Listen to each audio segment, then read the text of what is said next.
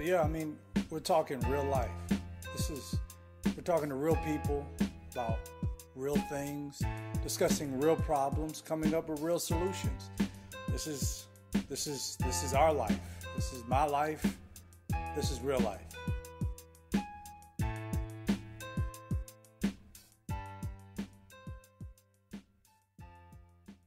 Hey, and welcome to another edition of Real Life. This is your guy, Cornelius Lindsay. I'm so excited to have you again with me. I'm so excited that you downloaded this podcast. You may be listening to it for your first time, and you're like, dude, what is he talking about?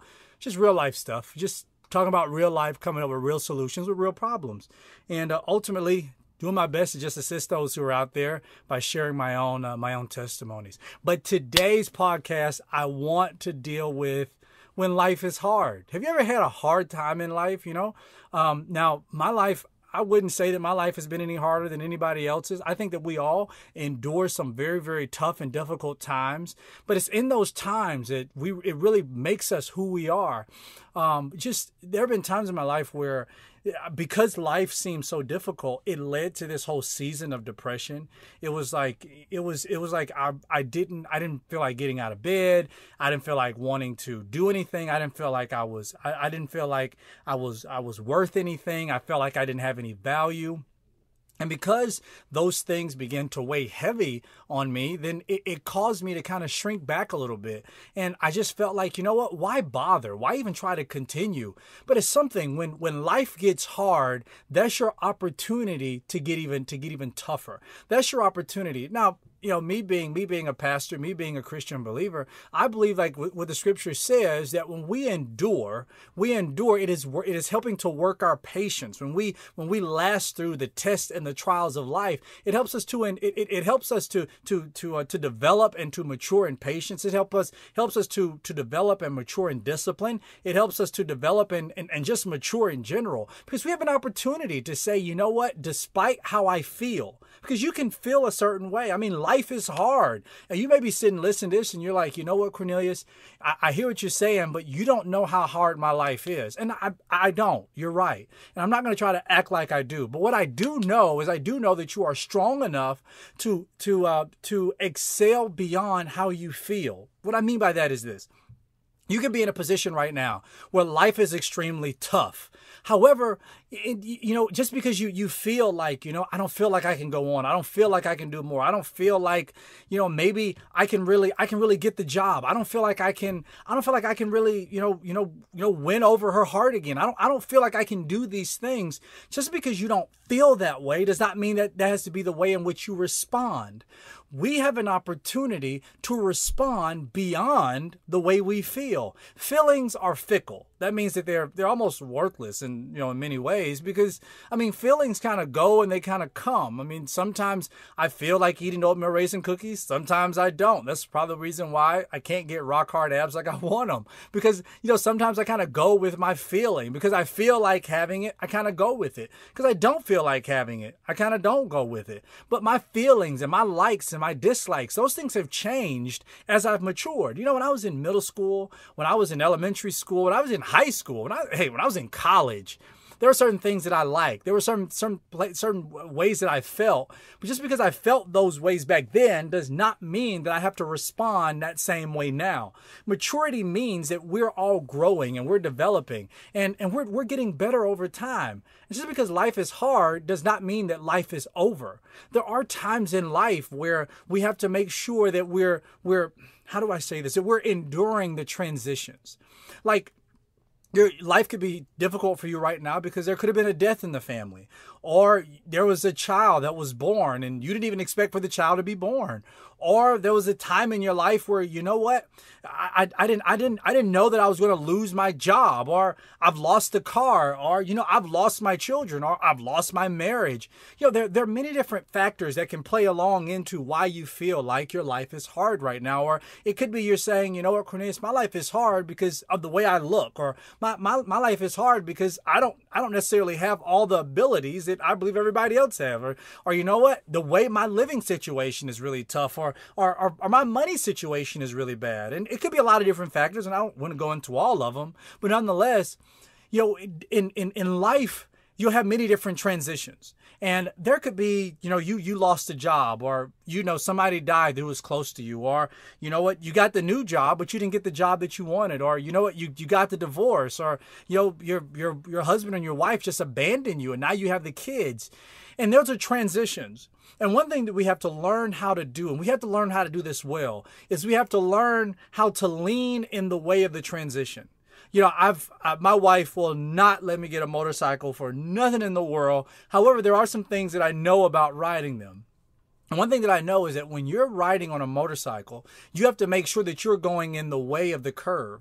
Because if you go in the opposite way, then ultimately you're going to fall over. What that means is if I'm going in a curve, I have to make sure that I'm going in the way of that curve, in the route of that curve, so I can make sure that I don't fall over. Now, if I'm riding with somebody else and I'm on the back of it, and if I'm driving the motorcycle, I have to make sure I'm going in the way of the curve. And guess what? If the person's behind me, they can't go the opposite way. We have to curve together. Now, individually, when we're by ourselves and we're going through a hard time, and it may just be affecting you, then sometimes you have to learn how to go in the way of the curve. That means that I'm learning how to adapt in the situation that I've been given. I'm adapting, but I'm not becoming. I'm learning this is the reality I have now, but it doesn't mean that this is my final reality. It means that I can still excel beyond this point. And remember, as Christians, I believe that we excel from victory. We're not fighting towards it. We're excelling from victory, which means that we already have victory in Jesus Christ. He is our Jehovah Nissi. He is the banner of victory that we wave. So we don't have to get victory from him. It is rather he has already been victorious, and now we train beyond victory. So individually, if you're going through a transition, you're going through a hard time in your life, and you're saying, Cornelius, man, I'm going through these curves, and it just seems like I keep falling off the bike. Here's my advice to you. Here's some things that I've done. I've learned to say, you know what? This is my new reality. The new reality is that my whoever died is not going to come back. And you know what? That's my new reality. So it means that I'm going to just have to believe by faith that, you know what? I can still excel even though the rock that I once had is no longer there. This is my new reality. And I can fight for what I want to get it back. If it's your marriage and you're saying, no, Cornelius, I'm going to fight for my marriage. I'm right there with you. Fight for it. Go back and get it. But if you're going through something and you're saying I'm going through this curve, I'm going through this transition, you have to lean in the way of the curve in order to make sure that you can survive that curve and you don't crash. Because so many people, they try to go the opposite way of the curve and they crash. And they go the opposite way, meaning they don't do anything. They become very lethargic, very lazy, very cynical, very depressive. They take this whole mind of just being extremely critical, and they're not going in the way of the curve. Instead, they're trying to go the opposite way, and then they crash and they wonder, why do I have so many bruises and wounds over me? It's because you were going the opposite way of the way you needed to go on the curve. And then secondly, if somebody is going through this very difficult time with you, like if you're a parent, and let's just say, as a pastor, I hear these stories all the time where one of the parents just ups and just leaves, just disappears and goes off, chasing other women or chasing other men. And now you're saying, I didn't sign up to be a single parent. I thought that when we got married, I thought we were going to be married and we're going to have kids and we're going to have a happy family. And you know what? That's not my reality now. My husband has left me. My wife has abandoned me. What am I supposed to do? And you have somebody who is going through this rough patch with you. That means that you have to make sure everybody who is in that core group with you, that you're all going through the curve together. That takes good communication. It takes leadership, because you're the one who's ultimately driving the motorcycle. It's going to take some communication and leadership to make sure that nobody within the party is left out, that you're telling everybody, you know what, this is the reality that we see, but it's not necessarily the reality that I just got to believe in. The reality I just have to just accept and just say, you know what, this is it. My life is over and I'm just going to die away. No. You say, this is the reality that we see right now. We're not going to try to fake it until we make it and try to act like it's something else more than what it is. This is the reality that I see right now. But you know what? I'm going to endure beyond this, and I'm going to go in this curve. But guess what? When I hit this curve, when I get out of this curve, it's going to be a free lane, and I'm going to hit my gas. I'm going to keep going straight ahead, and I'm not going to stop. I'm not going to stop and try to pull over and sulk and moan about what didn't happen and what could have happened and what I think would have went wrong and all these kind of things. Man, it's like, you know what? No, I'm going to get up. I'm going to believe by faith. You know what? God is with me. His hand is on me. And just because my life is hard does not mean that I have to make it hard for everybody else. Just because my life is hard and just because I feel like my life is hard does not mean, and that's not evidence that means I can just quit, give up, cave in, and act like I can't do anything else. Man, if there's never been somebody in your life who told you that you can do it and you can make it, I'm honored to be the first one to tell you you can do it. You can make it. Because you grew up in a certain place does not mean that has to be your permanent home. If God is leading you somewhere else, man, I'm telling you, follow him. I'm telling you, if it's this old story, and I'll say this and I'll be done, but it's this old story. There's an old man and his dog, and this little boy is walking. He's walking by the house, and the old man, he sits on his porch and he rocks back and forth, back and forth, back and forth, back and forth. And he has this old hound dog, and he's laying there on the porch, and the hound dog is just he just howls, just oh, oh, oh, oh. And the little boy's walking by, and he walks up to the front porch and he looks at the old man. The old man stops rocking in his rocking chair. The old man sits up straight, looks at the boy. He says, "What can I help you with?" The boy says, "Sir, why is the old hound dog? Why does he keep howling?" The old man sat back in his rocking chair and he said, "Son, he's laying on a nail." And you know something that we can really extract from that? See, the hound dog, it was enough for him to lay on it, but the nail didn't hurt enough for him to get up from it.